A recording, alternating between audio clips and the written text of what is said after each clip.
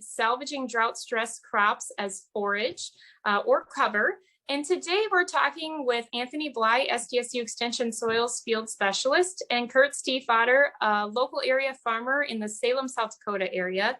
And we're going to discuss why it's important to put cover crops out following forages and what they do, what they can do as far as keeping the soil healthy and giving us some additional forage options in some cases.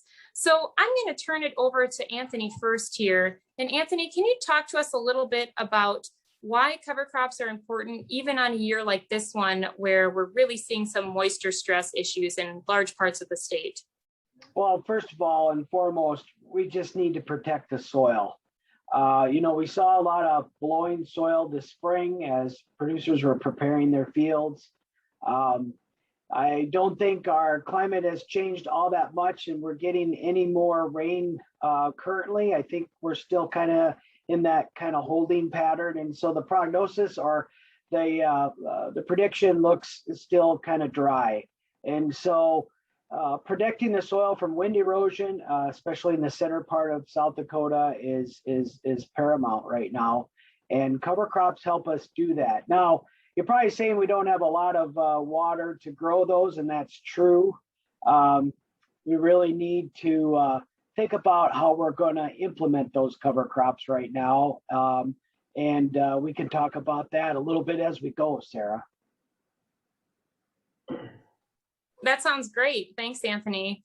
And like you said, implementation is really the tough part on a drought year like this, where we have a lot of things to be worried about. And a lot of our livestock growers are going to say, well, how can I implement this as more feed? Or how can I save the crops I have out there first and foremost? And so when we're talking about people who are salvaging their cash crop currently, they don't think it's going to make grain, but they might cut it as forage. What are some things you would suggest after that cash crop is cut? How can we help that soil by adding cover crops, or is it a good idea at all? Well, again, the dry conditions, we wouldn't want to take a huge risk of planting wide acres of cover crops. That is a significant investment. If you're a livestock producer, it's a different thing. You may want to take that risk and try to catch a rain and try to grow something. But for the rest of the crop producers, just seeding cover crops in strips across fields can do a lot. We don't need a lot of height to stop that wind. For about every foot of height, we get 10 times that amount of wind reduction downwind from that height structure. So a 2 or 3 foot cover crop, even if it's just leaving a few rows of corn unharvested, or don't chop them for silage, that structure can help prevent wind erosion down the road. And we don't have to do anything with our drought stressed or our droughted out crops. I guess that's the best way to say it. You don't have to go out and work the soil. Just leave them alone, and they will go a long way for protecting the soil. Absolutely. If we're not desperate for forage and can find it elsewhere if we need it, that's a great point. We can just leave those crops out there if they're not going to make grain. We can always deal with them in the spring when we're looking at putting in our next crop, but we don't have to do something. I really think that's a good point. And while we're talking about that, let's turn it over to Kurt a little bit. Kurt, I know you have a diversified grain and livestock operation near Salem. It's been dry there too this year. Can you talk to us a little bit about what your plans are and what you typically do on your farm concerning cover crops, especially in a dry year like this? I have small grain in my rotation of oats, and after I harvest that, I come in and put a cover crop in and use that for winter feed. I got a cow-calf operation that utilizes that. I just try and get anything out there. I do a mix, about a 10-way mix of small grains, cool season, warm season. Some of the small seeded stuff doesn't take a lot of rain to get it going, so if you can get something out there, if you got some highly erodible soils or weak spots up on your hilltops or something that probably should be protected from wind and rain, just go out and patch plant out there, I guess.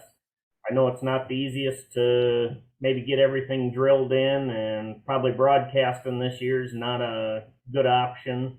But if you can get something out there to grow, and I planted my cover crops already, and I'm just going to wait for a rain. We'll get something some point. Hopefully it'll grow enough for my winter feed for my cattle, and I'm providing that protection from wind and water erosion.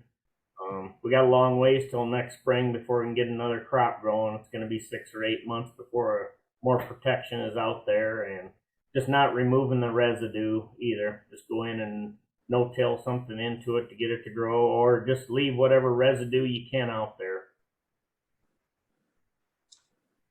Kurt, I know a lot of producers are going to say, that's great, but I'm worried about the bottom line. Do you have any suggestions for how you shop for seed when you're making those seed decisions, and where you see the benefits, with the greenbacks, if you will, with putting in cover crops, because it's not always as liquid and obvious as it is with some other investments? Yeah, I can't say you can always put a hard number on it, what the benefits are that you get from it, but if you're protecting your soil, there's a lot of benefit there. It's not blown away. I just shop around and I kind of develop my own mix using the warm and cool seasons. Like this year, I stayed with more of a grassy type, say millets or small grains. I put a little winter wheat in my mix so it greens up next spring for protection yet. You can make it kind of lower cost. It doesn't have to be a good solid mat. I've used that 6 to 8 plants a square foot. That's kind of what I would like to shoot for, is a nice moderate plant density, and I just go with that and let the cattle graze it. That option out there with the cattle being able to graze it. They also eat a few weeds too, so it takes care of some of that problem. Absolutely, and that utilization isn't 100%, so they deposit back a lot of those nutrients, right, that they're intaking. It keeps it out there, and it's less labor for you that way. You don't have to haul any manure. Yep, that's a constant spreading out there anyway, as you walk around the field. While we're talking a little bit about cover crops and mixes specifically, Anthony, I'm going to turn it back to you. Is there a bulletproof mix that producers should be planting this year? No, there really isn't. It depends on the need and the use, of course, for the individual grower. But there's a lot of resources out there to help learn about cover crops. The companies that sell them, they have some valuable knowledge as well. But SDSU Extension has got some publications on their website, along with NRCS, to develop that chart, that big table, to familiarize you with some of the growth characteristics of cover crops. The Midwest Cover Crops Council now has a tool for South Dakota to help develop a mix. There's other resources as well. Like Kurt is a good example. Look to your neighbors that have done it in the past, and try to talk to them and find out what has been successful. And then I think an overall understanding of just a cool season versus warm season growth nature of these plants. We're really nearing a time now where we would recommend planting a lot of warm season cover crops. Next week is going to cool down, and we're getting into September, and those nights will be cool, and so those cool season plants are going to do best. There's nothing wrong though with putting a few warm season in with that cool season, because we may have a few weeks where it does warm up in September and October, and so maybe there's a chance that those warm season plants could do well.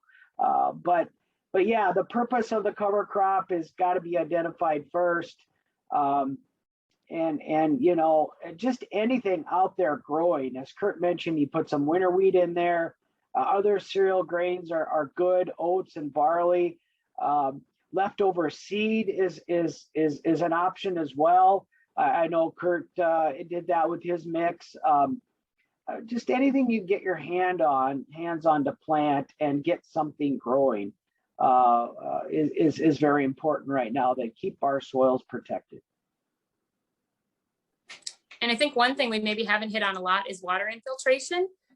There's many benefits of cover crops. One of them is improved water infiltration. So by planting them, we can absolutely use the water or the little bit of precipitation that we get. So there's just a lot of benefits. It's hard to put a number on them, like Kurt mentioned, but there is research, ongoing research out there. We're trying to do just that, to figure out the economic benefits of why we plant these crops. Well, Anthony and Kurt, thank you. Do you have any further comments you want to share with producers before we sign off? I guess I'd just say if you can get something out there, you're putting protection for wind and water erosion, but it also keeps your soil cooler and it's going to capture and hold that moisture better, what we do get. So I guess when you're kind of talking infiltration, it'll capture it and hold it better too, even though you think a plant is using water, it's pretty minimal when you're holding it, and it'll be there for all winter holding it. Yeah, I'd like to add to that, the cover crops, they provide protection and armor, which we've talked about, the diversity, the living root, and forage for livestock if you have livestock, and they're just good at helping improve soil health. And so I'd encourage folks to get acquainted with the Soil Health Coalition, the Grasslands Coalition, the No-Till Association, SDSU Extension. We have a lot of resources and events that are focusing on improving our soil health. All right. Well, thanks to both of you for joining me at my mobile Dakota Fest trailer office here. It's been a busy week, but we want to get this information out as soon as we can for producers who need it, who are looking at forages or just simply trying to protect their soils. We want to thank the South Dakota Soil Health Coalition for partnering with SDSU Extension